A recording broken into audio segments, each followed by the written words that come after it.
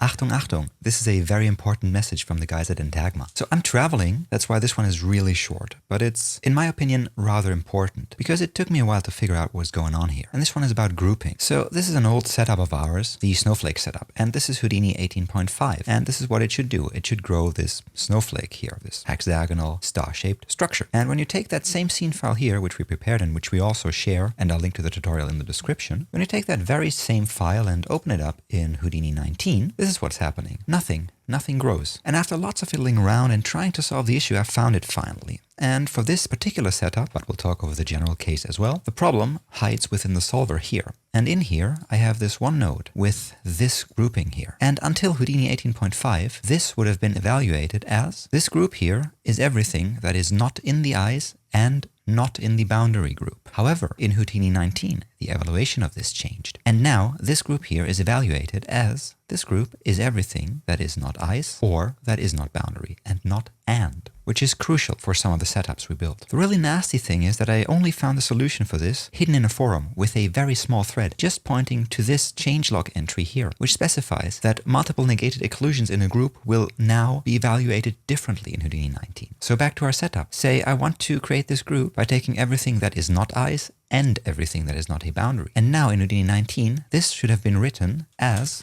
this. So first, the curly brackets specifying that I want to do something to the eyes and boundary group, and then take everything that's not in the eyes and boundary group. And that is it. And if I go back up now and let the setup run, I'm getting the expected behavior. So that is something to keep in mind in Houdini 19. It's a tiny hidden change that can have huge consequences when you're writing your code and your group expressions as you were used to in Houdini 18. So just try to keep that in mind. And if you open up an old Houdini setup of ours or of yourself or someone else and it doesn't run as expected, try checking your groups and your group expressions. Alright, now with that very short tip for today, all that's left to say for me is if you want to support us, or if you want to learn more about Houdini using in-depth courses, consider becoming a patron of ours. And to everyone already supporting us, thanks so much folks. It is through your help that Entagma is possible in the form it is. And a very special thank you goes out to important looking pirates, rodeo effects, side effects, and Rafik Anadol. Thanks so much folks. So, until next time, as always, it's cheers and goodbye.